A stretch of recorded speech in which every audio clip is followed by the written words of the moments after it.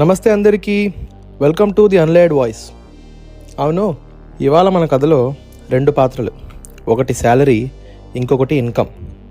Salary అంటే ఆఫీస్కు వెళ్ళి టైం చూసి బాస్కు నచ్చినట్టు నవ్వి బాస్కి నచ్చినట్టు ఏమి చేస్తే నెలకి ఒకసారి బ్యాంకులోకి వస్తుందో అది శాలరీ.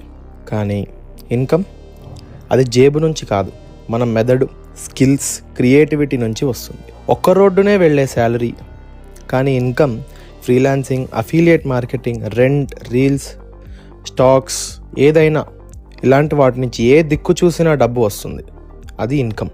శాలరీ నా పని అయిపోతే నేను వచ్చేస్తా అంటే, ఇన్కమ్ మాత్రం నా పనిని నేనే సృష్టించుకుంటా అంటుంది. శాలరీ అంటే భద్రత, ఇన్కమ్ అంటే స్వతంత్రం. ఇప్పటిదాకా శాలరీ మీద నువ్వు కూడా ఆధారపడుతున్నావా?